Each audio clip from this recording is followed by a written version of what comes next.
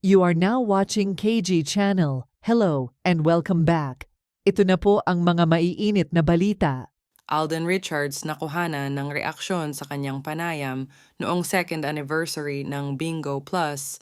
Natanong kay Alden Richards kung ano ang reaksyon niya na hindi na sila ni Catherine Bernardo sa pelikulang Hello, Love, Goodbye, ang top-grossing Filipino film ngayon. At natalo na ng pelikulang Rewind nila Marian Rivera Dantes at Dingdong Dantes dahil nalampasan ng Rewind ang 900 million Philippine pesos worldwide gross mark, isang malaking kita para sa lokal na takilya.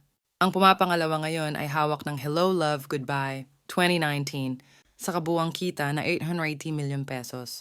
Ayon kay Alden Richards, hindi niya nararamdaman o naiisip na ito ay isang pagkatalo dahil pangalawa na lang ang Hello, Love, Goodbye na sabi niya na dito makikita na mas gumaganda ang kalidad ng pelikulang Pilipino.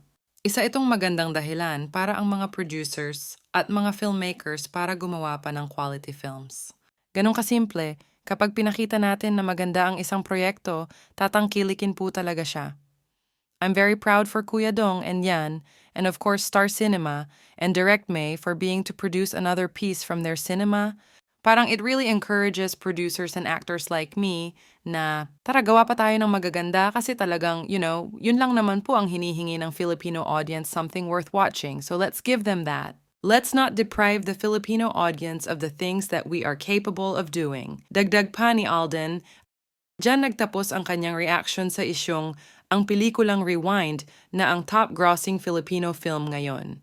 Mas proud pa ngayon si Alden Richards kasi nagkakaroon na ng magandang produkto ang mga pinaghihirapan ng mga producers, mga actors at lahat ng taong nasa likod ng kamera.